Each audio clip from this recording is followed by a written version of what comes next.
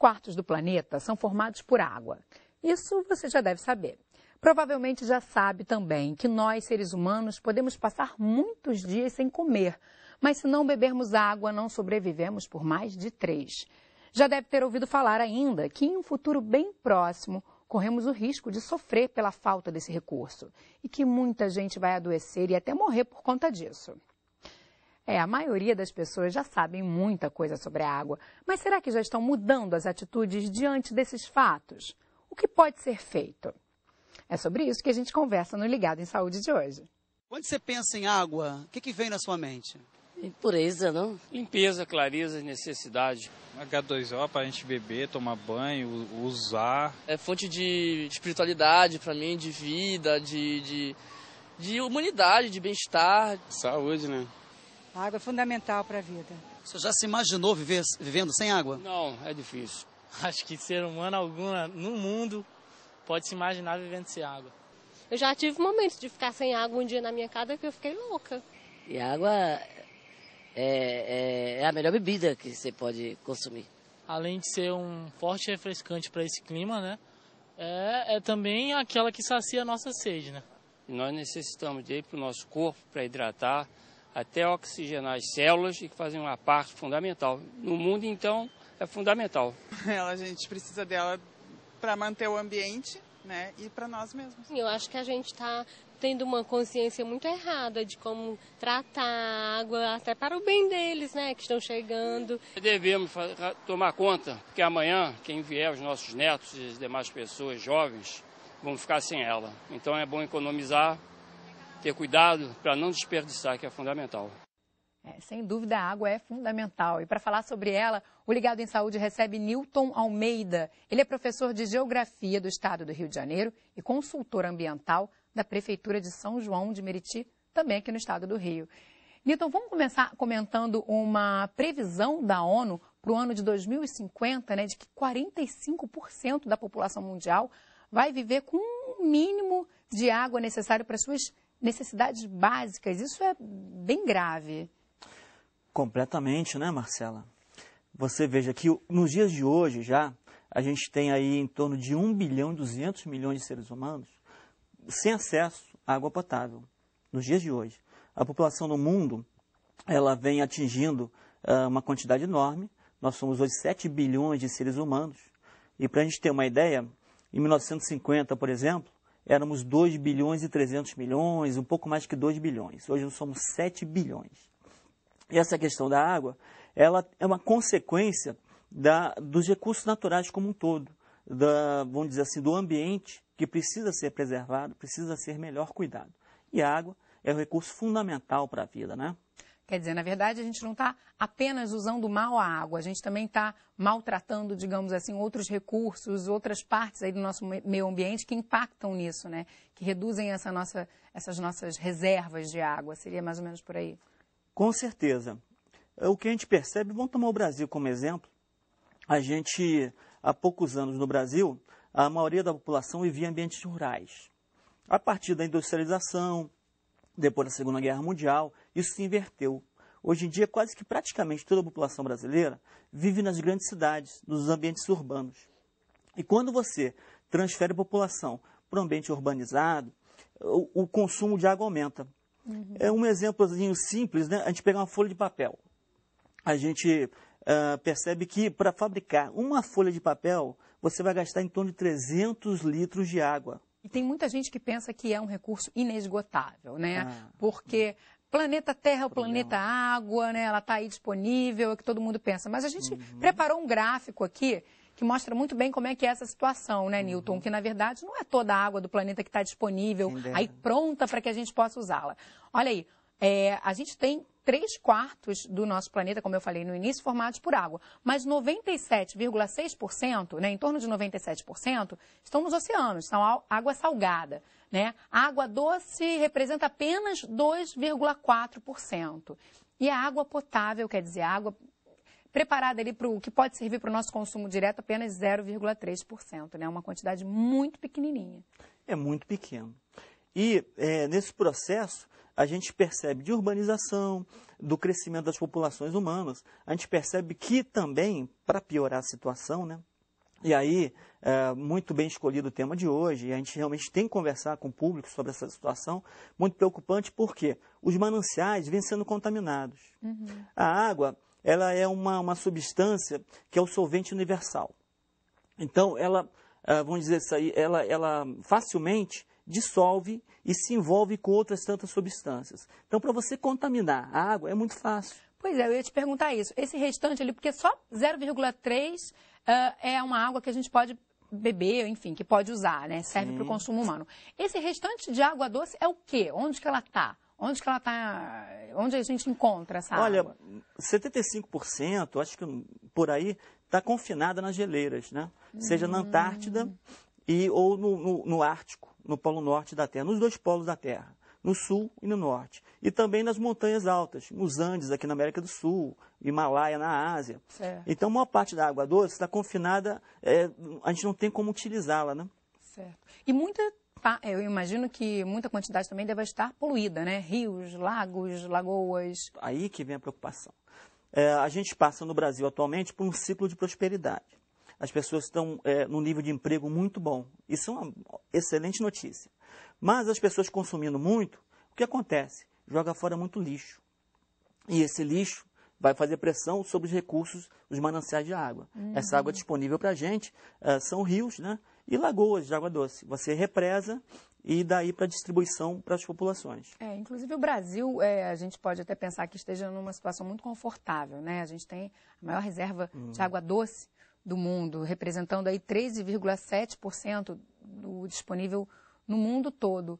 Mas ainda assim a gente não pode ficar tranquilo, né, Newton? Queria que você comentasse um pouquinho sobre essa questão nossa, nacional, brasileira. É uma explicação de um comportamento de desperdício. Se eu tenho muito, nunca vai me faltar. Você acha que isso também ajuda nesse comportamento nosso, nessa cultura nossa do desperdício? E isso aí tem que fazer essa informação de que não é bem assim. Quem dera fosse, né?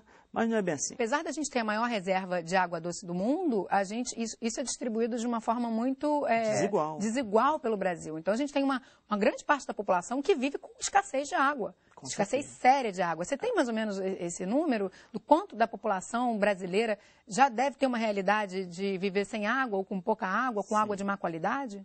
Em linhas gerais, Marcela, os sistemas de fornecimento, de tratamento de água potável, eles vêm sendo ampliados no Brasil, mas ainda numa velocidade um pouco reduzida.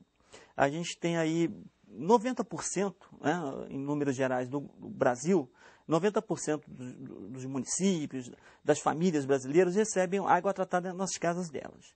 Mas vem acontecendo período de racionamento, períodos de falta de água, por situações, às vezes, de fenômenos climáticos, alterações climáticas, chuvas fortes, contaminação, alguma situação desse sentido. Agora, o tratamento de esgoto, ele tem que ser aumentado a velocidade mais ainda, porque o esgoto é um grande contaminante dos nossos recursos hídricos, dos nossos mananciais. E quando a gente fala sobre isso tudo, só uma palavra me vem à mente, né? Que é economia, racionamento, enfim, passar a ter uma consciência ambiental de que você não deve usar irracionalmente esse nosso recurso, né? Então, a gente trouxe um exemplo hoje, antes da gente falar das questões individuais, né? Das práticas individuais que contribuem para essa economia, o Ligado em Saúde vai trazer aqui um exemplo de um prédio onde eles conseguem captar a água da chuva e reutilizar a água também que é consumida ali pelos moradores. Vamos dar uma olhadinha. Muito legal.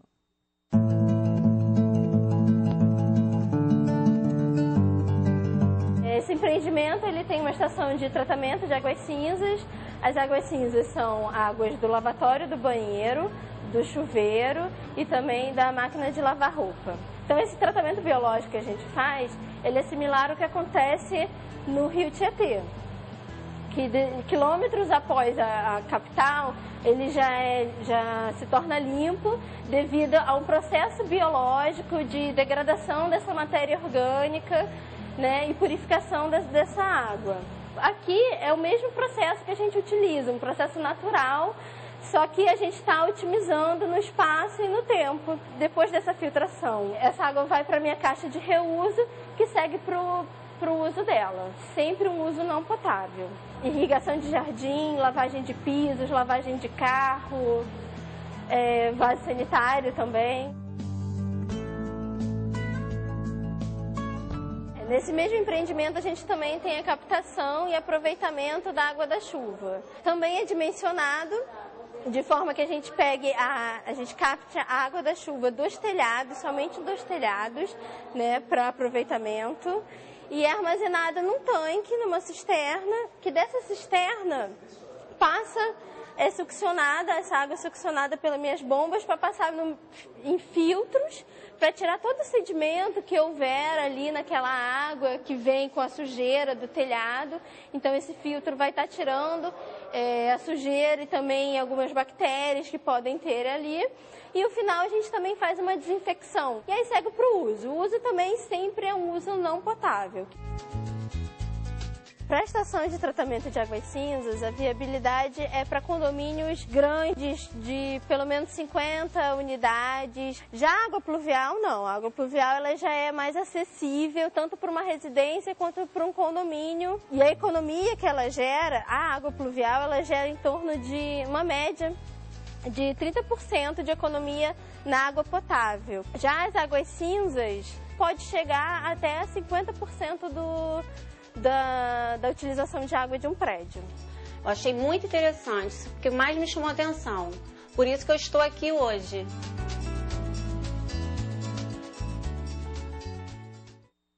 Esse prédio, Newton, é um prédio que está aqui no Rio de Janeiro. Sim. E essas soluções foram pensadas por uma empresa paulista que desde 2001 desenvolve esse sistema para tornar esses prédios, enfim, residências, o prédio comercial, mais ecológicos. Né? E eu venho notando que esse tipo de empresa, esse tipo de serviço vem crescendo. Isso é motivado por uma demanda maior da população por querer habitar um lugar como esse, ou por querer de alguma forma contribuir, né, tendo essa conscientização ambiental?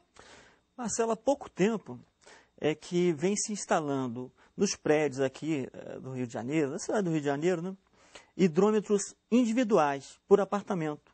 Antes, calculava-se o consumo, um hidrômetro coletivo. No que começou a instalar individualmente, as pessoas começaram a se preocupar em economizar mais. Que aí começaram... então que tem que pegar no bolso. Infelizmente a gente vive num mundo capitalista, né? E eu acho que seja uma das razões que incentivaram a fazer isso. Quer dizer, o retorno financeiro, ele existe mesmo, claro, né? Imagina, com essa água reutilizada, quanto eles não vão economizar na conta de água no final do mês. Daqui a pouco é possível que em menos de um ano ele pague o investimento que ele fez para reutilizar a água de chuveiro, a água cinzas, né, que ela se referiu. Isso. E o ambiente, claro, ganha muito com isso, né? Você vê a quantidade realmente que eles conseguem economizar em um prédio onde isso acontece. Agora, Newton, no próximo bloco a gente vai falar ainda das ações individuais, né, que você pode fazer na sua casa, no dia a dia, para economizar esse recurso tão valioso. A gente volta já já.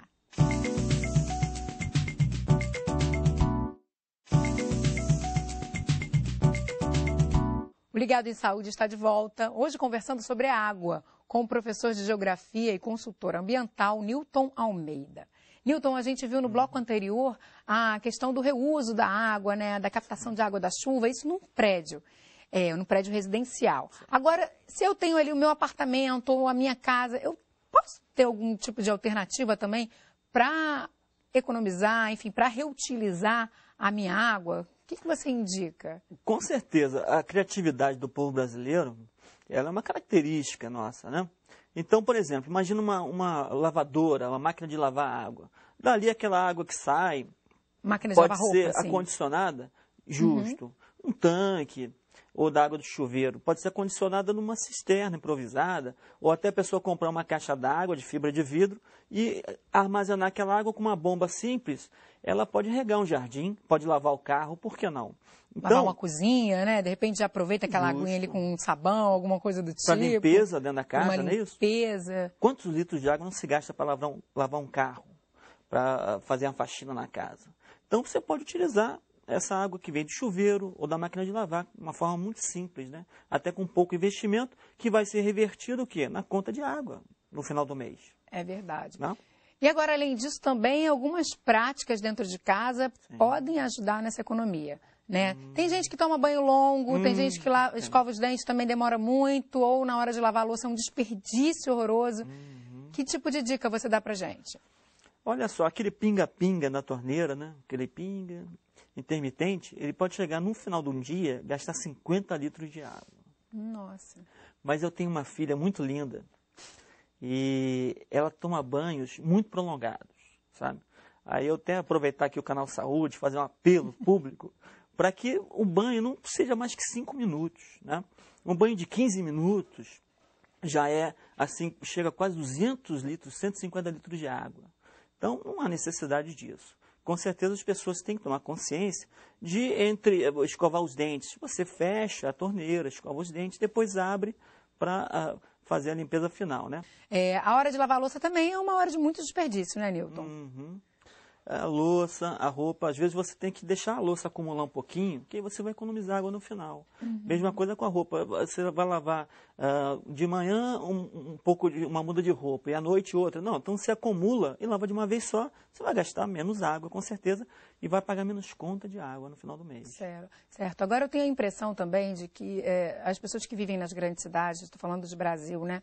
Muitas vezes ainda não sentiram na pele essa escassez de água, essa necessidade de racionar, então desperdiçam mesmo, né? Não tem muita ideia do que é isso. Você acha que pode ser esse um dos motivos? Acho que sim, porque se a gente analisar a situação do Nordeste brasileiro, eles convivem ali no semiárido, no nordestino, já é uma situação diferente, né? Próximo a eles, você tem lá a bacia do Rio Amazonas, aquela abundância, né? Aquele paraíso das águas. Mas lá no Nordeste brasileiro, ele já tem que se adequar a uma situação de mais escassez. Você falou de Nordeste, né? Essa região toda onde há escassez de água. A gente tem um exemplo aqui de um programa que é o programa 1 milhão de cisternas. A gente visitou o assentamento Novo Horizonte, lá no município de São Miguel do Gostoso, no Rio Grande do Norte, onde esse projeto está mudando a vida das pessoas. Vamos dar uma olhadinha. Vamos. Desde 2002, Novo Horizonte passou a ser beneficiado pelo programa 1 milhão de cisternas, da ASA, entidade que congrega organizações da sociedade civil ligadas à melhoria de vida nas regiões do semiárido. Construir cisternas em diferentes municípios do país, com a mobilização das famílias, é o objetivo do programa, que em Novo Horizonte é executado pela ONG Associação de Apoio às Comunidades do Campo, a ACC. O programa 1 milhão de cisternas tem como duas vertentes principais. Primeiro, o acesso da família a uma água de qualidade e a própria independência dessas famílias em relação à figura política no município. Ou seja, a família deixa de ter aquela dependência direta dos poderes locais em relação ao ter acesso à água, antes, através da figura do caminhão-pipa. A gente tinha dia de amanhecer, não tomar café porque não tinha água, no lugar a gente tem muita dificuldade com água, não colocar feijão no fogo porque não tinha água. A gente brigou muito aqui, né? Às vezes eu ia para reunião, a gente ia para reunião e chegava tarde. A cisterna é um reservatório que recolhe a água da chuva que cai do telhado para uma calha ligada a um cano. A cisterna da família de Edilson e Jeane vai ficar pronta em poucos dias. Uma conquista que é fruto de muito trabalho. Nós estamos aqui dentro do buraco onde vai ser construída a cisterna do Edilson e da Jeane. E foram eles que cavaram esse buraco. Como é que foi, Edilson? Foi um trabalho. O carro começou cavando no raso assim, é bom demais. Mas quando vai afundando, fica mais rindo, a gente rebolar a areia para fora. Né? Tendo a cisterna aqui cheia, tá bom demais. Vai mudar a vida, Jeane? Demais até. Porque agora no momento não, porque não tem a chuva. A chuva já passou. A gente vai comprar carrada d'água para colocar dentro da cisterna. A família de Eliene, há um ano, já pode beber uma água com mais qualidade. Água que é tirada da cisterna e filtrada. Antes a gente pegava uma carrocinha, ia pegar água lá longe que sol. Aí era uma dificuldade muito. E agora? Agora eu estou muito feliz porque tem água na minha cisterna e é mais fácil. Que diferença, né, Newton? A gente, às vezes, aqui nas cidades, a gente esquece um pouco dessa realidade, tem que ficar trazendo sempre, né, de que essas pessoas sofriam com a falta de água. Ainda bem que existe um projeto desse para trazer um outro tipo de realidade. Esse programa ele é um exemplo para o mundo. O programa das cisternas, 1 milhão de cisternas. Parece que já construíram em torno de 300 mil cisternas lá no Nordeste brasileiro. Ele também emprega as pessoas. Tem mulheres que trabalham abrindo as cisternas, né? Além da questão gerador de renda também, né? De renda também. Agora, uma curiosidade só é que eles abriram um buraco, eles mesmos, né? Eu vi ali uns 2,5 metros de profundidade. Por muito menos, aqui no Sudeste brasileiro, você vai encontrar água. E lá não tinha uma gota de água. Quer dizer, a realidade de uma região para outra, como muda, né? Como se altera. E eu achei interessante que eles falaram ali, agora eles não estão mais dependendo do prefeito, né? Desse caminhão-pipa, desse carro-pipa que vai trazer a água. Vão ter a água deles ali direitinho. E agora, essa outra fatia da população, que não tem, de repente, uma cisterna ainda, depende desse carro-pipa, ou às vezes nem tem essa possibilidade. Tem muita gente que recorre a poços, né? Fazer um poço ali em casa, ou a qualquer outro tipo de iniciativa, buscar água em algum lugar próximo. Que tipo de cuidado essas pessoas precisam ter com essa água? Marcela, afastar os poços dos possíveis contaminantes. Então, se tiver um banheiro, esse banheiro vai ter a descarga de esgoto do banheiro. Então, é recomendável que você tenha pelo menos uma fossa séptica. E aí você tem que guardar a distância de no mínimo 15 metros para um poço, né? Quer dizer, fazer bem distante para que não haja contaminação. Isso, para evitar ao máximo esse problema. As pessoas têm que perceber também que, além de economizar, é importante a gente plantar árvores. Tá? Os mananciais, as nascentes, são as fábricas de água. Então, a gente vem percebendo a destruição das nascentes em todo o Brasil, né? E isso vem fazendo com que a vazão dos rios venha diminuindo, o regime hídrico dos rios é alterado com isso. Você retirando as árvores, você impermeabiliza o solo, a recarga do lençol freático também é prejudicada.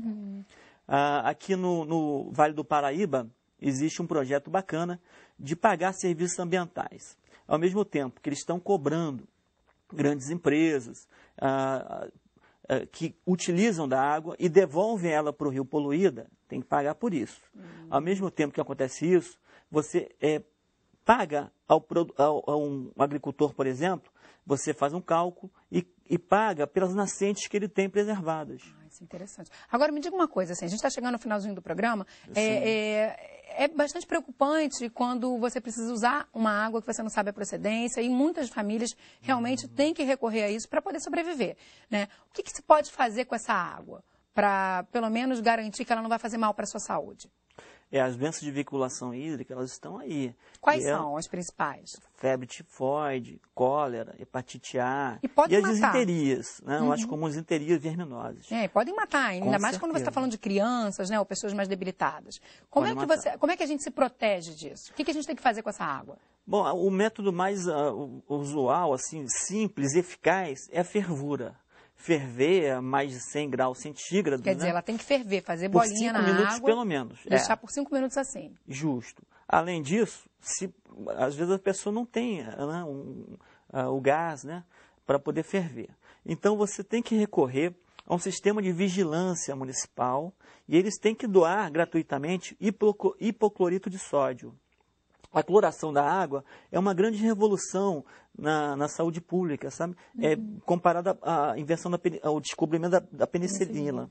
Então, o hipoclorito de sódio, você vai utilizar 2 gotinhas para 1 litro de água, ou 2 copinhos de café para 1.000 litros. No caso daquela cisterna, você vai calcular ali 10.000 litros, então você vai usar ali uns 10 copinhos de café. Mas aí é importante que cada um, dentro do seu município, tenha uma informação com o sistema de vigilância sanitária, com o posto de saúde local. Por quê? A fonte de saúde é a água, dos alimentos que a gente come, a água que a gente ingere. E a gente tem que ter certeza de que isso não está nos envenenando. Pelo contrário, está nos trazendo mais saúde, né? Uma duvidazinha final. Esses filtros de barro que muita gente ainda utiliza, ele é uma garantia de que a água está pronta para o consumo? Marcela, não totalmente.